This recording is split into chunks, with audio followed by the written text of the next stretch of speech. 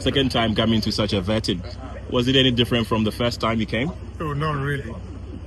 I was prepared. So I believe I answered all the questions. And they know I'm ready to be president of this country. Yeah. What were your major takeaways from today's session? So they really wanted to know why I want to be president and my vision for the country, as well as the party. Okay. So I enumerated a couple of points and how I'm going to address some problems. So basically that was the interview. They know I've been true and true party man for so long. So I didn't face any serious questions, or they didn't antagonize me because they know my potential already.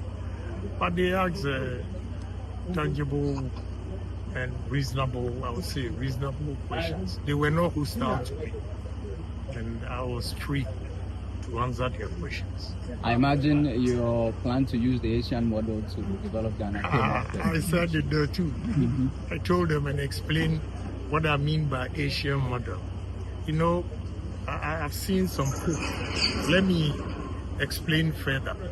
The Asian model, what they did that time when they decided to compete with Europe and America was that they identified potential talents and potential businessmen and funded their projects like Daewoo, Hyundai, Samsung in Korea, for instance.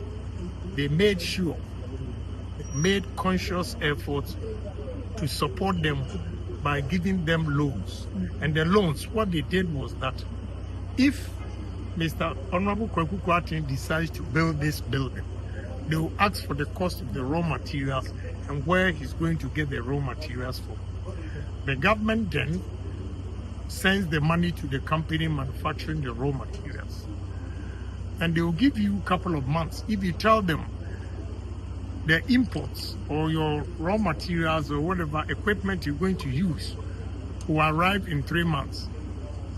In 3 months, the following week, 3 months, 1 week, we are there to inspect if indeed you receive the equipment.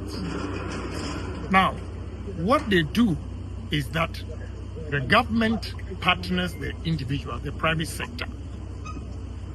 So they will win themselves off when you finish paying the loan. Then it becomes your business. And in business, the most difficult part is the capital. So if government supports you to get the capital and you run it well, you become a millionaire. This is how they've been able to expand their businesses. India, Dubai, all the Asian, that is how the model they use. And I think because Ghana, we don't have capital for our businesses.